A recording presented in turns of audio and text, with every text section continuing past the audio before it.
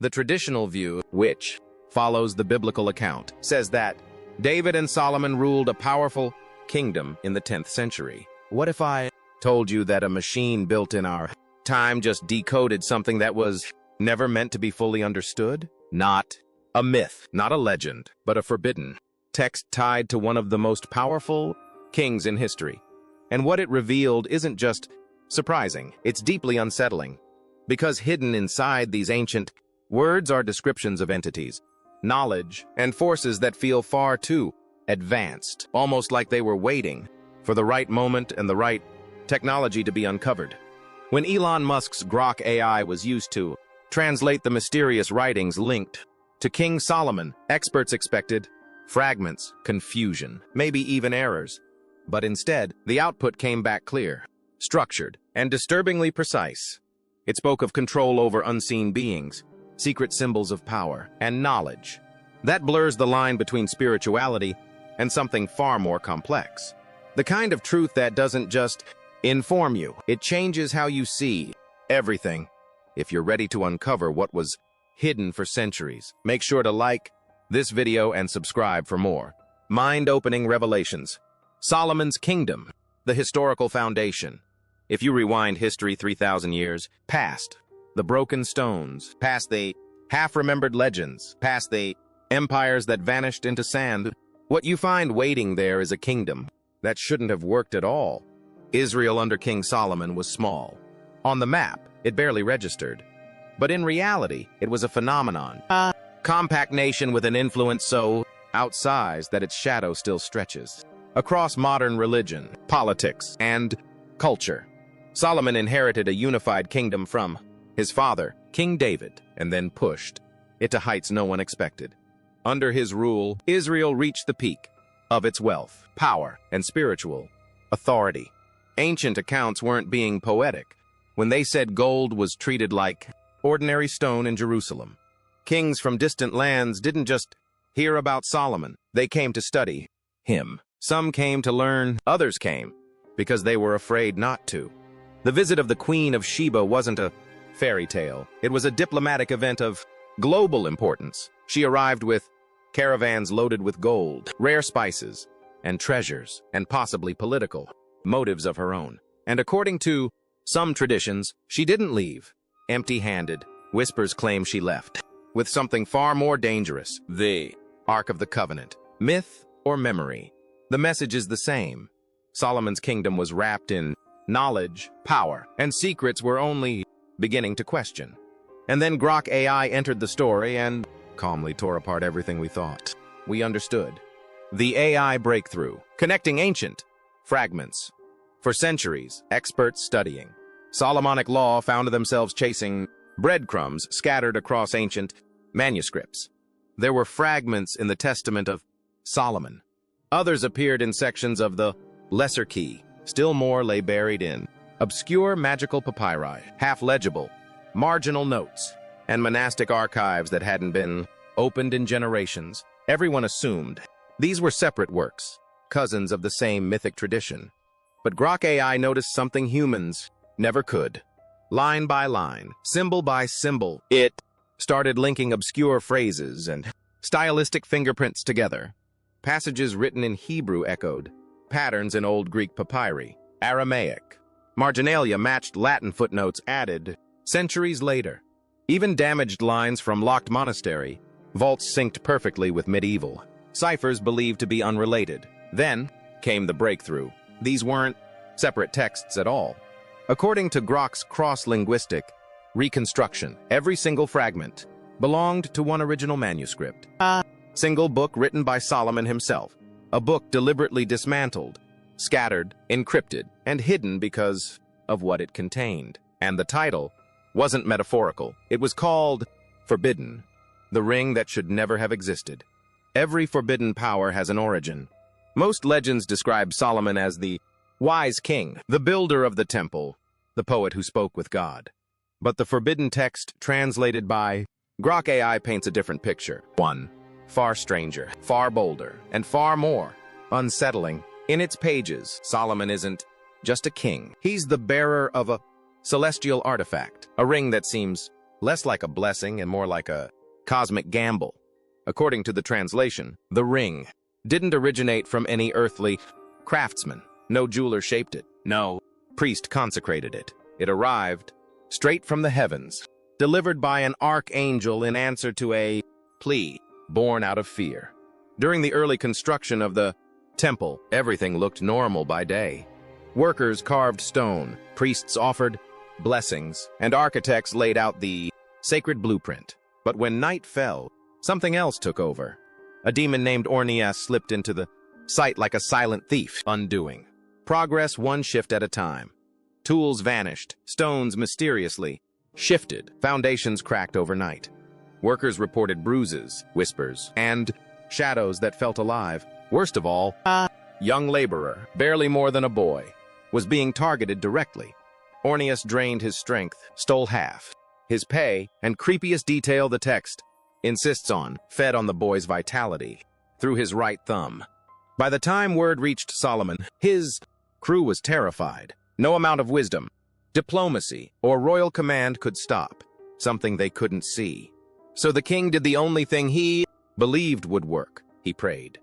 The response was immediate. The forbidden manuscript describes the archangel Michael appearing in a vision so intense that Solomon nearly collapsed. No soft wings, no gentle glow. The description is almost terrifying.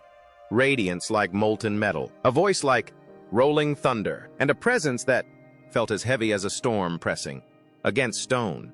In Michael's hand was a small golden ring engraved with a symbol that didn't match any known alphabet. It pulsed with light, as if something inside it was alive. "Take this ring, Solomon, son of David," the archangel commanded. "Wear it, and thou shalt bind all demons, and by their labor the temple shall rise." A divine gift, yes, but one that came with the faintest hint of warning, like a contract signed without reading the fine print. Building the demonic pyramid scheme. When Solomon woke, the ring was real, glittering in his palm. He wasted no time testing it. He confronted Ornias directly, raising the ring and speaking the demon's true name. Instantly, the creature materialized, yanked into view, as if on a celestial chain. Ornias, this entity that had terrorized his workers for weeks, fell to its knees, powerless.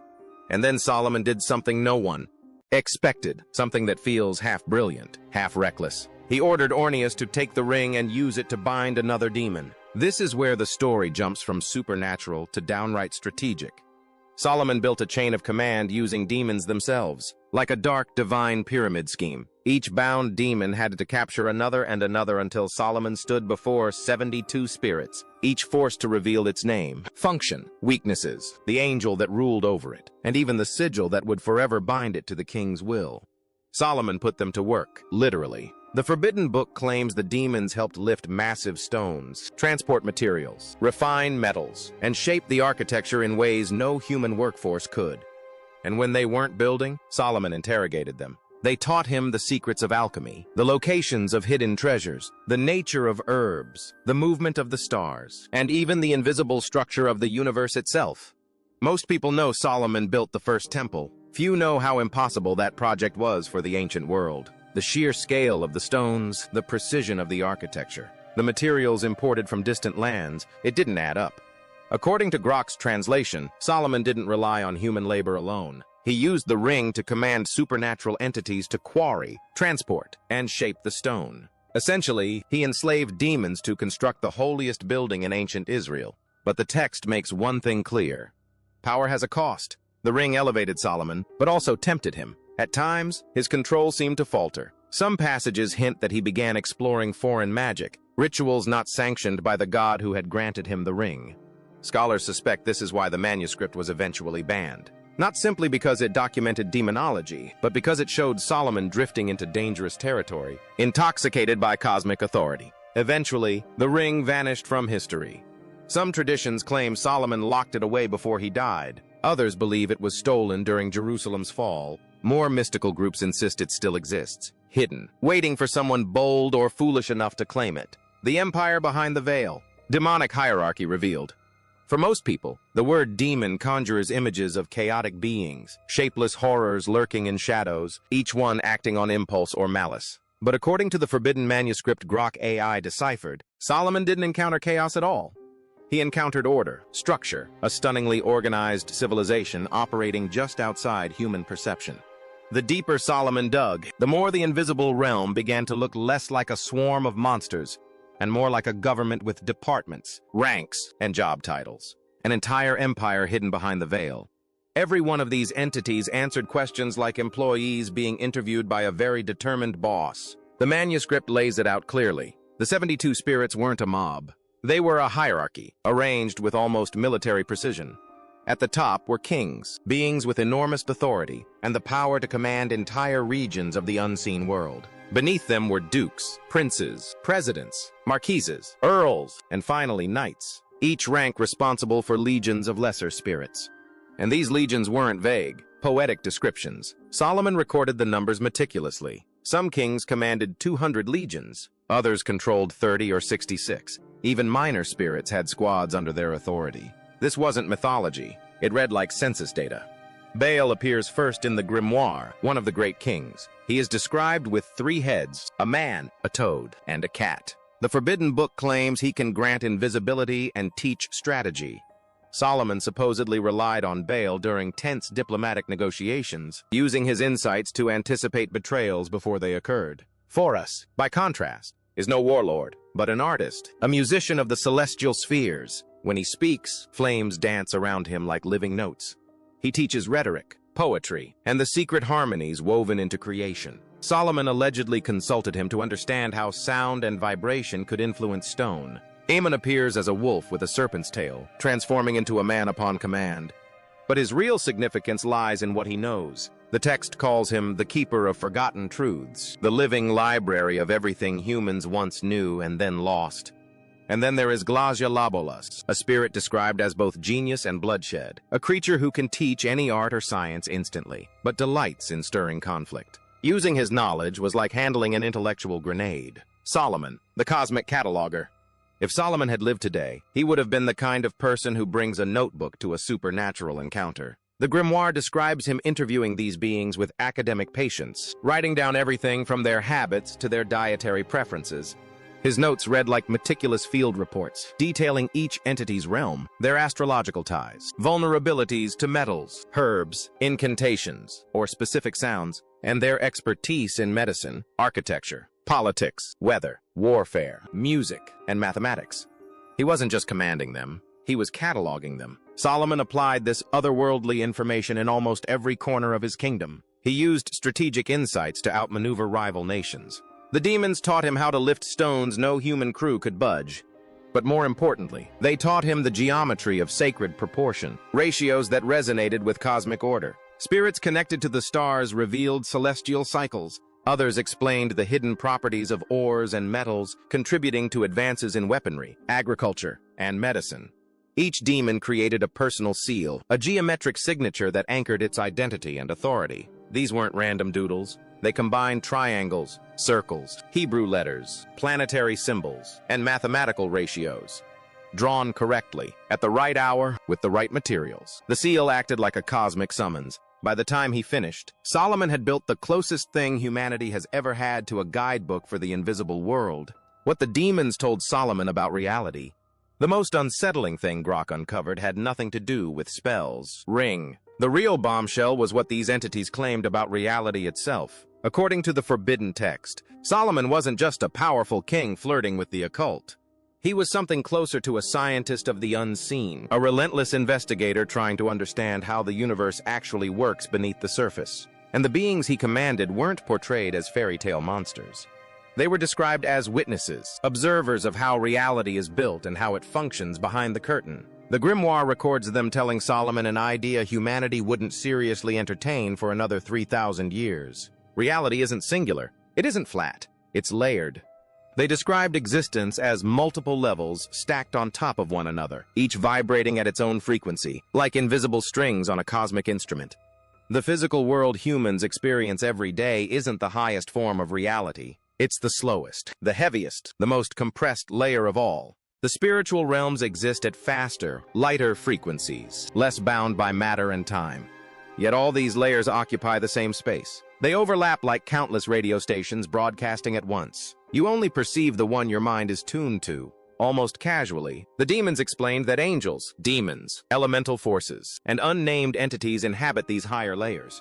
Not as symbols or metaphors, but as real beings moving through reality as effortlessly as fish through water. The text also speaks of thin places, specific locations where these layers press close together. At certain times, during planetary alignments or under precise ritual conditions, the barrier weakens even more. These weren't philosophical musings. They were directions, coordinates, warnings, and Solomon, true to form, didn't dismiss them. He acted on them. The temple as a portal complex. This is where the story takes a hard left into the unbelievable. According to Grok's translation, Solomon's temple wasn't just a place of worship. It was something far more deliberate, a carefully engineered portal complex built on a site where the boundary between dimensions was already unusually thin. The demons claimed nothing about the temple was accidental. Not its measurements, not the materials, not the layout of its rooms. Even the order of the rituals mattered. Every element was designed to control and stabilize interaction between the physical world and higher realms. At the center of it all was the Holy of Holies. Yes, it held the Ark of the Covenant, but the text says it served another function entirely. It was an anchor point, a place where spiritual and physical vibrations lined up so precisely that a properly prepared human could cross over without being destroyed by the energy. Suddenly, the strict rules make sense. Only the high priest could enter, and only once a year.